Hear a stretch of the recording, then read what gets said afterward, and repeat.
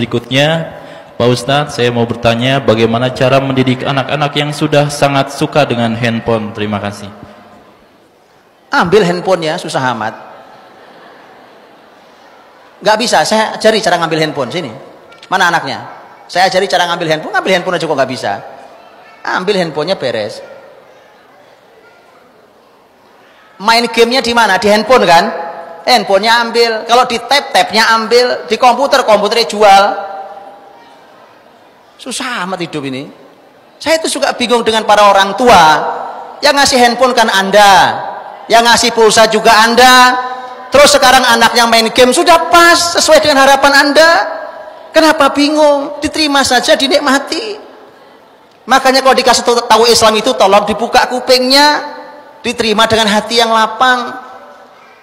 Kalau dikasih tahu ngeyel, Bu, susah. Saya sering bilang, ini handphone, ini harta. Betul kan? Ada harganya ini kan? Kadang-kadang mahal. Ini harta dikasih ke anak. Allah berfirman, "Wala tu'tus sufaha amwalakumul lati ja'alallahu lakum qiyama." Jangan kalian berikan. Loh, Quran bicara, Bu. Jangan kalian berikan hartanya, harta bukan? Mahal loh, Bu. Jangan kalian berikan harta kalian ini kepada mereka yang belum sempurna akalnya. Bocah anak-anak itu belum sempurna akalnya, Pak. Oh, sekarang sudah lulus kuliah aja masih kayak bocah. Ya kan? Kematangan jiwanya enggak ada, kemandirian tidak ada, kan? Apalagi anak-anak. Dan Quran berikutnya mengatakan, kapan harta diberikan? Ada aturannya, enggak sembarang asal orang kasih. Ini kan supaya saya bisa komunikasi, heleh, enggak usah pakai handphone juga enggak apa-apa. Saya sering bilang, Bu, dulu saya sekolah, dilepas sama orang tua saya, Bu. Saya pulang pergi setiap hari, pulang pergi sekolah SMP naik sepeda 30 kilo. Dilepas, enggak ada alat komunikasi, enggak ada. Pulang alhamdulillah, nggak pulang ya kita cari di mana nggak tahu. Itu biasa aja tuh. Jadi orang-orang kokoh itu. Ini apa di wah, saya harus tahu Pak di mana anak saya. Pasanginnya aja chip, Bu, sekalian, ya kan? Kasih GPS tanam di badan anak biar Anda tahu di mana anak Anda sekalian. Ini apa sih Anda ini? Ini pola mendidik anak apa yang begini ini? Makanya benar rusak anak bangsa ini karena orang tua melanggar banyak ayat. Tadi ayat An-Nisa ayat 5, ayat Nisa ayat 6 mengatakan kapan? Wa betalul yatama hatta idza balagun nikah fa in anastum minhum rusyda fadfa'u ilaihim amwalahum. Ukurannya balik dan ukurannya rusda. Rusda ada ilmu sendiri. Rusda itu ukurannya apa segala macam. Semua urusannya tentang harta. Baru harta boleh dikasih. Enggak asal ngasih gitu, Bu. Oh, ngasih juga nggak jujur kok. Saya bilang ayo jujur-jujuran. Ini orang ngasih handphone. Kenapa ngasih handphone? Iya Pak, supaya bisa komunikasi. Komunikasi itu apa artinya? Nelpon, SMS, apa lagi? Yang lain? WhatsApp atau apa yang lain? Oke. Yang bisa begitu handphone harga berapa? Yang handphone harga berapa yang sudah bisa dipakai untuk nelpon atau SMS harga berapa? Hah? Berapa, Bu? 200.000 sudah bisa? Kasih 200.000. Apa mau anak Anda? Berarti memang Anda tidak jujur, bukan untuk komunikasi berarti. Wah, harus smartphone supaya bisa main game, kalau perlu game online. Ya rusak kok Anda yang ngasih kok. Ya wajar lah. Sudah diterima saja. Diterima, dinikmati, anak rusak itu. Ya sudah terima. Dinikmati. Ya selamat. Selamat, Bu. Iya. Kenapa saya katakan ini? Tobat dulu orang tuanya. Jangan anaknya diubek-ubek terus. Anak ini rusak gara-gara Anda. Anda tobat dulu suami istri. Jadi orang soleh dulu orang tuanya. Tobat dulu, ya Allah, tobat. Sujud nangis di hadapan Allah. Salah saya didik nih ya Allah. Gitu dulu. Bukan anak ini gimana caranya supaya anak. Anda dulu yang jadi, karena sumber masalahnya di Anda. Tobat dulu pada Allah. Ya ayyuhalladzina amanu tubu ilallahi taubatan nasuha. Asa rabbukum ayyukaffiru ankum sayyi'atikum wa yudkhilakum jannatin tajri min tahtihal anhar. Karena kalau sudah taubat Allah ampuni, Allah tutupi masa lalunya. Bahkan Allah izinkan masuk surga. Untuk menyelesaikan anak yang kecanduan lebih mudah, Bu. Tapi orang tuanya sadar dulu kalau Anda yang salah. Karena orang tuanya banyak yang tidak sadar kalau dia salah. Sehingga selalu anak yang diuber-uber. Kalau orang tuanya sadar salah, tobat dulu dia, maka itu membuka jalan luar biasa. Anda praktekkan kalimat saya ini, insya Allah begitu mudahnya proses berikutnya.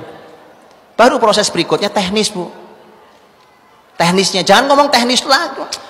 Kesalahan kita didik anak belajar tentang parenting hari ini selalu bicara teknis. Teknisnya gimana, tekniknya gimana, tipsnya gimana, triknya bagaimana. Itu penting, tapi lihat, ada yang jauh lebih penting daripada itu. Kan ini kecintaan, kecanduan, kan? Cintaan pada main game tadi itu. Ya, makanya dimulailah dari situ. Baru kemudian tipsnya. Sudah, saya sering sampaikan, gampang. Sekarang dari suami dan istri. Ini nasihat tentu terus jalan. Nasihat terus jalan. Tapi saya bilang, dari suami dan istri, siapa di antara bapak ibu, suami istri yang dikagumi oleh anak-anak? Maka dialah yang mencabut handphonenya. Kenapa? Rasul Shallallahu Alaihi Wasallam itu jewer sahabat, Bu. Mukul, Nabi mukul loh. Nabi mukul apa enggak mukul? Nabi pernah mukul apa enggak mukul? Ayo, yang bilang Nabi enggak pernah mukul angkat tangan. Anda sering dengar toh? Siapa yang ngajari? Nabi enggak pernah mukul. Nabi pernah mukul. Betul apa enggak? Nabi pernah mukul apa enggak? Atau enggak tahu? Makanya kalau enggak tahu enggak usah bicara. Saya sampaikan sekarang, Nabi pernah mukul sahabatnya. Pakai tongkat dipukul perutnya. Sampai Nabi mengatakan suatu hari, saat Nabi sudah di akhir hidupnya, kata Nabi, siapa yang pernah aku sakiti maka silahkan balas.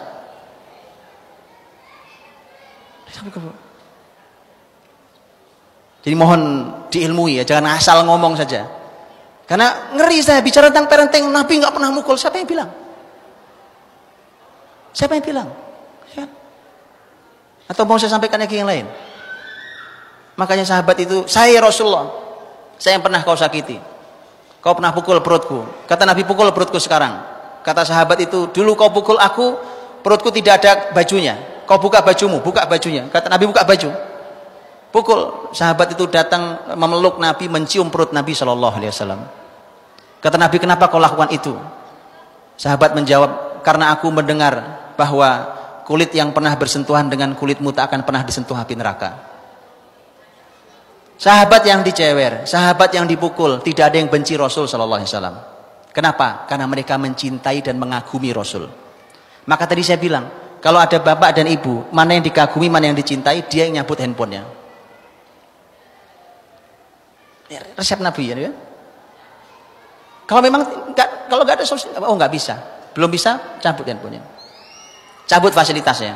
Oh Pak, dia main di luar sana sama teman-temannya, begini Bu. Begini, ada orang aneh juga cara ngajari cara berkeluarga nih. Saya dengar, lihat ya, sampai ada yang bilang gini, kan gini Pak, daripada anak-anak di luar, mendingan di rumah kita bisa awasi. Betul begitu? Itu teorinya siapa itu? Itu orang bikin teori kok yang nggak takut sama Allah. Subhanallah. Sekarang gini Bu, sekarang gini ya. Toh Anda mengeluh toh tentang handphone dan tentang game, betul kan? Toh Anda mengeluh. Kalau kebaikan kenapa ngeluh? Baik apa nggak baik? Baik apa nggak baik? Ya, kalau baik selesai. Dari tadi saya ngomong apa? Saya ngomong tadi. Baik atau nggak baik handphone? Game? Oh baik. Oh kok masih bingung jawabnya? Saya tahu wajah-wajah yang ragu karena suka main game. Memang kita belum sepakat Bu. Mana yang baik, mana yang nggak baik, gimana anak mau dididik? Itu masalahnya. Sepakati dulu mana yang hak, mana yang batil, mana yang manfaat, mana yang sia-sia, mana yang boleh, mana yang tidak boleh. Itu dulu sepakati antara suami dan istri sesuai dengan panduan syariat ini. Baru kemudian Anda katakan suami istri, ini tidak boleh ada karena ini tidak baik. Ini harus dijalankan karena ini hak, kebenaran. Begitu. Nah, kalau Anda mengeluh tentang game, berarti game tidak baik. Kalau game tidak baik, nggak boleh ada di rumah. Bapak ibunya nggak boleh main game. Iya kan? Anda ngelarang bapak ibunya ketahuan main game. Ya bagaimana ceritanya mau efektif pendidikan? Hapus semua game. Dari handphone, tab, laptop, apa semua peralatan yang ada, yang Anda punya, hapus semuanya. Tidak ada game nak di rumah ini. Kalau Anda nggak tahu cara bahagia, saya ajari cara bahagia. Kalau Anda nggak tahu cara main, saya ajari cara main Bu. Antum tahu zaman kita nggak ada permainan itu, gimana cara mainnya? Sangat kreatif. Betul kan? Sekarang main begitu mahalnya. Wong cuma mainan air aja masuknya mahal banget. Betul apa enggak? Mainan air tok, Bu. Prosotan aja kok mahal banget itu beli prosotannya. Karena dulu anak gunung itu, Bu, cuma pakai karung diduduki, ditarik temannya, seret turun dia. Cok lebih sehat, kuat fisik ya. Hari ini serba mahal. Apalagi sekarang orang main bola harusnya keringetan malah nggak keringetan, malah tambah gemuk. Karena main game, main bolanya di game. Ayo kita main bola di luar sana. Ya berkeringat, lari, kena matahari, lebih sehat. Itu kalau nggak tahu cara bermain saya ajari cara bermain. Ada air yang gratis kita abaikan, bukan cuma gratis tapi berkah. Air hujan. Berkah itu air, karena Quran bicara, "Wa nazzalna minas samaa'i ma'an mubarakah." Itu kita abaikan, kita malah sibuk bayar dengan harga yang mahal untuk sekedar main air. Mari kita belajar konsep itu ya. Jadi kalau sudah, karena kenapa? Karena konsep Anda simpel. Kalau Anda cabut tuh handphone, fasilitas itu, nasihati, nggak ketemu harus ambil tindakan. Ambil tindakan tadi saya bilang, cabut fasilitasnya. Tentu sekali lagi Anda harus jadi teladan. Tanpa keteladanan tidak berhasil juga. Kalaupun di luar sana dia bermain, setidaknya sudah terkurangi di rumah ini. Jangan nambah masalah di rumah ini, ya kan? Baik, makanya dengan itu akan dan nanti akan dilihat separah apa masalahnya, kecanduannya separah apa, nanti tindakannya akan berbeda dengan yang sesuai dengan kadarnya. Tapi setidaknya secara umum itu, wallahu a'lam bishawab.